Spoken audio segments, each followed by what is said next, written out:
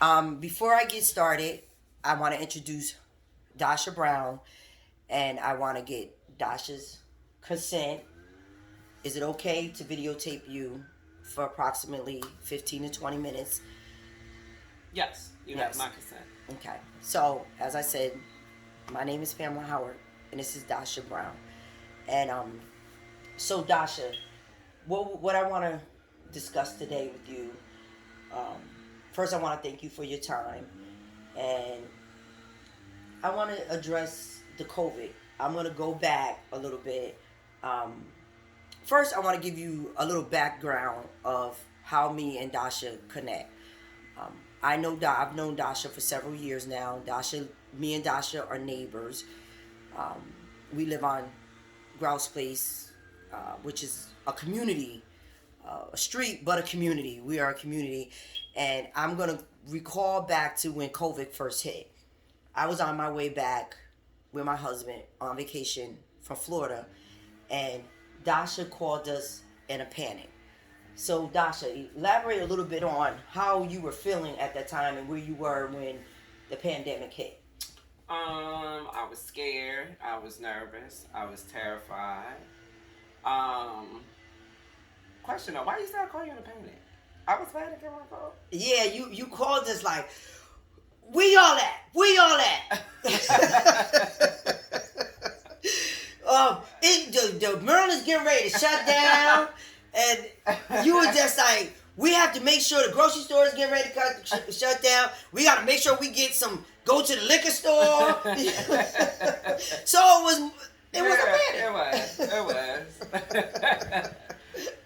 But yeah, I was terrified. I was scared. I didn't know what was going on, what was going to happen. At that point, we didn't know to what extent they were going to close, or how they was going to close. Right. When we first got word of mouth, we was under the impression that everything was going to close. And then I guess because they didn't know how they was going to do it. So, but yes, I was scared. I was terrified because I didn't know what was going to come. Okay. So the impact that COVID, if you could elaborate on what, like you said, you were a little nervous. We all didn't know um, what was actually gonna happen, but as an essential worker, how did it impact you? Were you afraid? Because you didn't know and you were going into to work. And by the way, Dasha works for a nursing home. Um, so how did you feel about all of that? I wasn't scared to go to work because I'm in long term care. So with long term care, if nobody's familiar with that, they are stationary. Mm-hmm. So if anybody was to contract it, it was because the workers brought it in there to them. Okay. It wasn't because they gave it to us. Mm-hmm. Um, so, and at that point, a lot of people that I work with have kids. Mm-hmm. So I already know that they went on lockdown as well, because they have kids. So I wasn't really scared to go to work. Mm-hmm. It was just all us to who was going to bring it in, or if somebody was to bring it in. Right. Um, and with things like that, and they are, because people are stationary, it's like a domino effect. Mm-hmm. One person get it, everybody get it, and this and this is this, and it's that's when it's not easily contained. Right. Okay. So how, because you were just in an uproar about it, did it impact? Did it have an impact on you financially? Yes, because when it had hit, I had to go into my savings. I had to spend more than usual at one time, all because things were selling out at the stores. Mm-hmm. So I had to stock up like a winter stock up. Like I actually had to stock up, or try to anyway, because things were selling out fast at the Right. store. So, because I do know you on a personal level, I know you have 3 children. Um, because you were nervous about this whole pandemic thing, how did it affect them, and how did it affect them? Yeah, it affected them because they went into sort of kind of like a depression mode because they couldn't go nowhere. They couldn't go outside. The schools was shut down. Excuse me. So I had to take a step back Right. and get myself together because I noticed with kids that what you do, how you do it reflects on them. Exactly. So when they saw me, get myself together, then they sort of kind of, got on board. But it was still, they didn't know what was going on. Right. Of course, they didn't know what was going on. Um, so. And speaking, elaborating on the children, you have a middle child Mm-hmm. that has her immune system is a little different than the other two. By the way, how old are your children? 16, 13, and 11. And you have 2 girls and 1 boy. one boy, right? And their names. Dejanay, Sanaya, and CJ. Sanaya, which is the middle one, has underlying health issues, and it affected her the most because she couldn't go anywhere. She sort of kind of stayed confined to her room. And it was becoming depressing for me to watch her, stay confined to her room. She couldn't even go with me to the grocery store. Right. Or, just as simple as she used to come outside, of course, and just walk down the sidewalk, but then she would go right back in the house. Mm-hmm. Or come and sit outside, or walk to the car, or walk to the mailbox. So. So do you think a lot of that, because she was kind of in a bubble, that she was more or less in a bubble, do you think that that may have triggered more of a depression? Yes. Because she felt secluded from everybody else? Yes.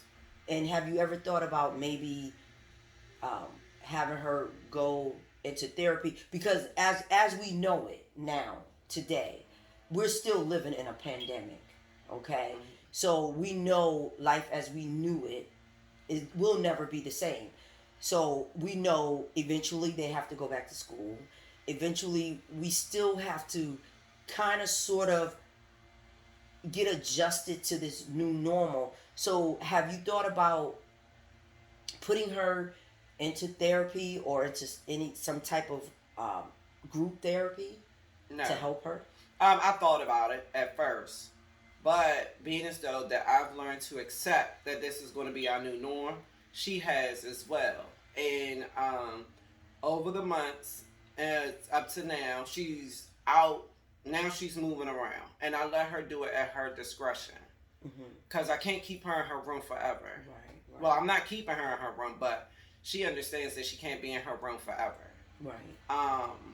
So as this is becoming our new norm, we have to learn how to live with the new norm. Okay. So, but no, I asked her. I thought about it. I've asked her. She said no. I let her say no. But as time is, time is moving on, she's getting more comfortable. I'm getting more comfortable. I wouldn't say that we're getting relaxed per se, but she tries to take the necessary steps with the face mask, the sanitize, washing the hands, being sanitized, and staying away from large groups. Right. So as going back, and I'm sorry to flip flop, but going back to being an essential worker and having to, follow the guidelines of the CDC, how do you feel about the if you can tell us, for those that are listening, about the effects of having to change, you go into work, but then you have to basically not strip, but you have to put on all this gear. PPE and stuff. Because that is an impact. It is. It definitely is an impact. I understand, but I don't understand. CDC changes every day. So every day I go into work, it's something different. It's either they added something or they take away from something.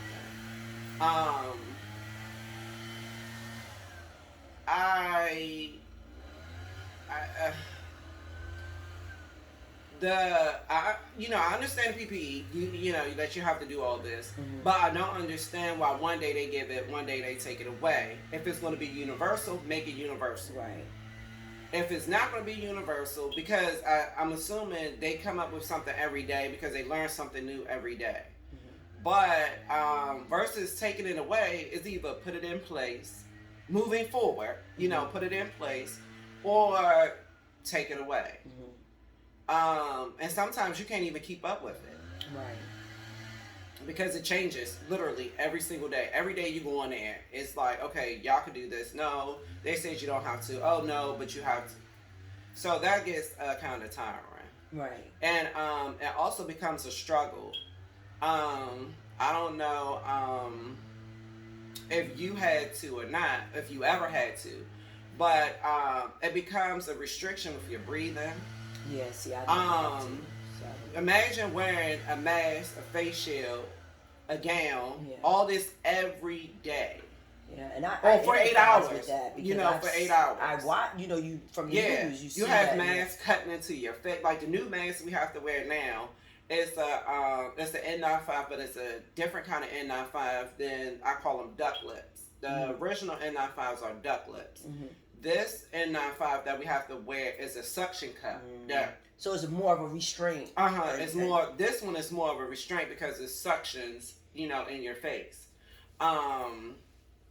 They're not so much lenient with what you taking your shield off or what you taking your mask off, which I understand. Right. They say if you feel like you have to take it off, go step outside, or go do this and go do that. It's time consuming. It's a restriction. So, but you do have the liberty, which does that give you some type of sense of comfort that because you're an essential worker that you on a daily, not, I won't say daily, but every week, every month you have to they test you. Every week they test you. Oh, okay. Once again, I understand why it's being done. I don't like how it's being done. Right. Because you had a test done. Right. So imagine having to get that same test done every week. Yeah. And it feel like they touching your brain. Yeah.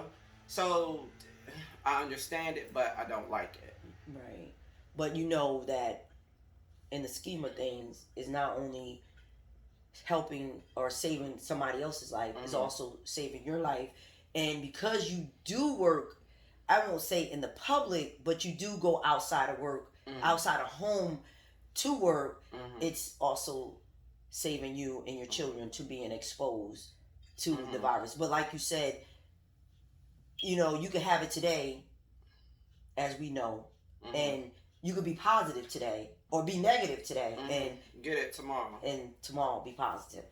So moving forward, I had the experience to feel some of your pain because during the pandemic, you had car trouble.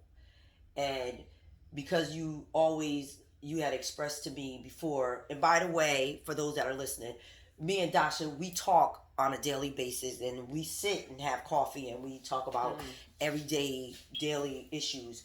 And one of the big issues during the pandemic was you had problems with your car. And you expressed to me that you used to going into a car dealer and paying for a car, just not having to worry about a car note every month. And you came to a point now because, again, you had dove into your savings, so you didn't have that net to go into a car dealer and say, look, I need a car, and this is what I want to pay for it, and I want to walk away with the keys and no paperwork except I own the car. So in this instinct, because of the pandemic was impacted you, where you have to spend your savings, did you have those reservations that you had expressed to me when we were looking, when I kind of was there with you when you were going through the time of having the car trouble? Did that give you a sense of the impact of the virus? Was you nervous about that? Did that make you nervous as well? Because what was tomorrow going to bring? Was you going to be able to pay the car note because were they going to pull back on your hours? Express that. It was both.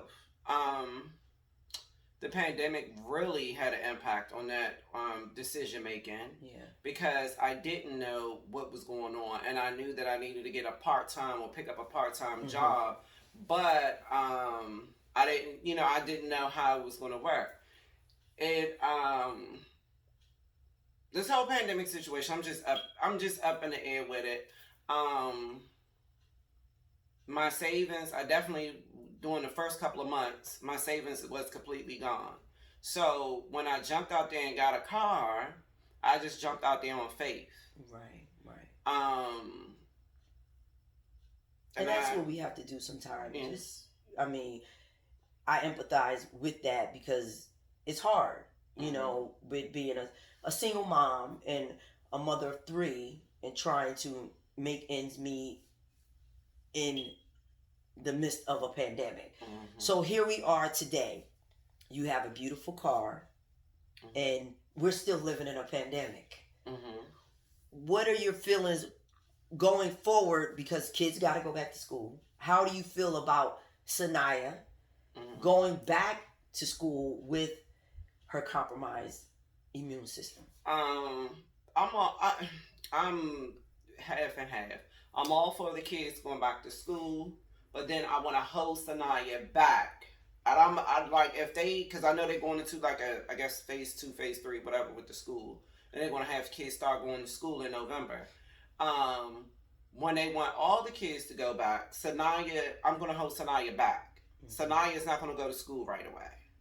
I need to see what's going to happen, and I know it sort of kind of sound weird, but I have to see. Right. I know she's going to have to go back eventually, but I just need to see because we all know as adults that kids carry the most germs. Yes, yes. Whether they're in elementary school, middle school, Doesn't high school, matter. doesn't matter. They Doesn't carry matter. the most germs. Yes.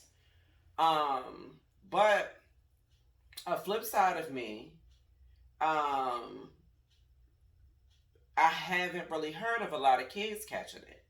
Now, I know some kids that caught it, Right. but I don't think the kids' percentage is greater than the adults. Well, do you percentage. think that because they've been secluded, kids have basically been isolated? Yeah, kids has been definitely isolated. Right, right. So, do you think But it's going to change once they go back into school? To a certain degree, but you gotta think about it. The parents still out moving around. Like I'm That's out true. moving around That's myself. That's true.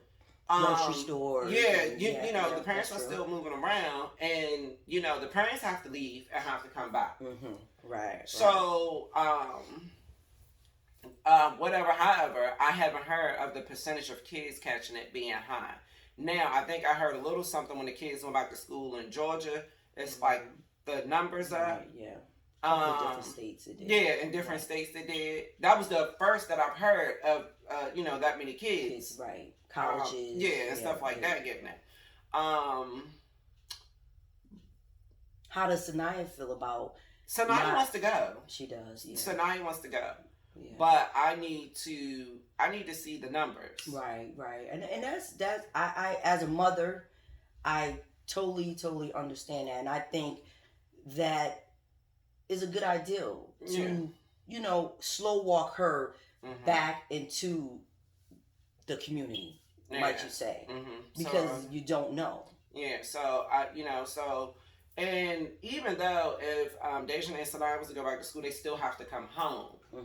So it's like I'm in a I'm in a 50-50 situation. Right. At that point. What do they say between a hard rock and a place? Soft spot and a hard. Whatever. But yeah, so it's like, what do I do at that point? Right. I'm still going out. I've been out. The kids may go to school, so I think it's more or less the population to me, far as the numbers. But then it's like they say don't have a gathering of 10 people or this, that, and the third when all it takes is one person. Exactly. So exactly. So how do you just going forward from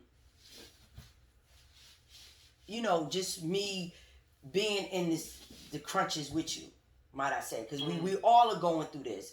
So I empathize with you on so many levels as being a mother. I don't have any children at home, but You as have being grandkids. I have grandkids, right? Mhm. As being a mother and trying to make ends meet, and here we are now, and we're still, like I said before, we're still in a pandemic. And how do you feel overall, like today, sitting here with me and talking? Do you feel? I mean, because I've been with you, so I see. Do you feel how you feel, even though in a pandemic, and how you, like I said, you were in a panic when it first happened, and here you are now? Do you see yourself as being growing literally through this pandemic? I've accepted it. I Right. accept it as the new living. Right. You know, I think we all had issues in the beginning, Exactly. but now I think everybody is living with the new norm, and I think that everybody is slowly but surely moving on. Moving forward. Moving forward, Mhm. because you can't stay in the house. Right. You can't. You know, you have to live life. Right. As you see, life is not stopping. Bills damn sure enough ain't stopping. You know, They ain't so going nowhere. yeah, so it's like you have to move forward and um, just be cautious. I don't know how cautious you can be. Right, because you don't know. Because you don't know. You just You know, don't they know. say Right. it doesn't live on the surface 1 minute, and another minute they say it live on the surface 30 Right, minutes. right. Then they say this or they say that, but life goes on. Right, and they make you think, because I've seen it.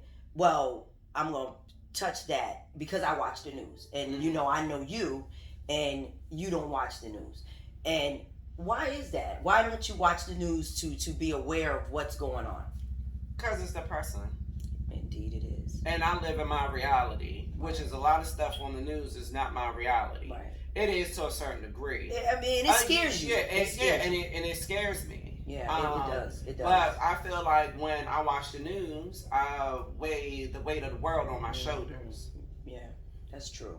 And I never really looked at it like that. But you're right, because every day it changes, like you said. Mm-hmm. And last I seen, they had a room and they showed like the coronavirus is in the air. Mm-hmm. So what do you do with that? You know, I mean, what do you do with that? Can a mask stop something that's in the air? And then when it's dealing with the government and stuff like that, I don't believe everything I hear. That's true. Because I don't know. You know what I'm saying? I don't know. And I'm not relying on this government to tell me, you know, like, I mean, give me the basics. Right. But anything further or because they don't even know. So Exactly. how can I look to them for answers and they don't even know? Right. So, and that's with anything. Mm-hmm. So I don't look at the news because, I'm gonna tell you why I really don't look at the news. I find myself getting really emotional and crying sometimes when I look at the news. I'm like, oh my God, that happened. Why did they do that? You know, and I'm just like, and then after that, it's like, it didn't ruin my day because I'm thinking about the lady that got killed at the 7-Eleven. I'm thinking about that bad accident that happened. You know, so I carry stuff. Right. And it affects me. Right. And you're very sympathetic. Mm-hmm. And you have empathy for people. Mm-hmm. So the news, it brings that out, that you will carry, like you said, the lady that got killed at 7-Eleven. Mm-hmm. She gave him the money and he still killed her. And guess what? I'm not stopping at that 7-Eleven. Even though it happened, I saw it on the news. So I'm like, oh my God, I'm not going to that 7-Eleven anymore. Even though you like 7-Eleven coffee. Even though I love 7-Eleven coffee. Right. I'm not going to that 7-Eleven. Right. I needed gas so bad the other day. I drove right past that 7-Eleven. And went somewhere else. Because I'm remembering hearing about this woman that got killed at the 7-Eleven. Right. And the killer is not there no more. And, you know, and guess what? The very next day, the 7-Eleven was open as if nothing ever happened. Yeah, isn't that something? And that's how the world is like. The world still goes on in spite of people having so much hardship. And I'm sure, and can you identify with that maybe that what's caused him to try to rob it is the impact that the coronavirus has had on his life. I mean, we know we have robbers everywhere, but with the virus, with this whole thing, people's losing jobs. people losing housing now. And the government has no sympathy. And they have none none. of that. They have no empathy whatsoever because most of them has been given what they have for the most part, or in they're their well life, off. right? And they're well off. We're So the ones that's being impacted, and they don't see what I mean. They see it, but do they care? But do they care? You know, evidently they don't. They only gave out $1,200, which is I heard that Canada shut everything down, stopped mortgages, stopped car payments, stopped this, stopped that, gave people $2,000, and like all for the people. Yeah. Which is us. They did it for what, a month or two? You know, when they can't evict people, they gave it to it, right? Or you know, this, and the third. But guess what? People are getting evicted now. Yes. Right? And the pandemic is still going on. And the pandemic is still going on. So it's like, and you know, you thank God that you're not in that position, but you have. But I know I can be. But you're right. I know because I can be. I could be one of those. I know I can be. And any day, our job could totally shut down. And then what happens? So people can't get through on unemployment. Yeah. Some people say they haven't been able to get through since March. Yeah, so you know, it's like what? Yeah. So the pandemic has definitely affected everyone. It's touched all of us in one way or another. And if it hasn't touched you, are you existing? Is like the question. Like, okay, how has it? Just because quote no one in your family has actually had the virus, but we all share the impact of the virus, of it just being in our midst. So, but other than that, you know, we have to continue to live our lives as much as we can. So moving forward, you're pretty much comfortable now.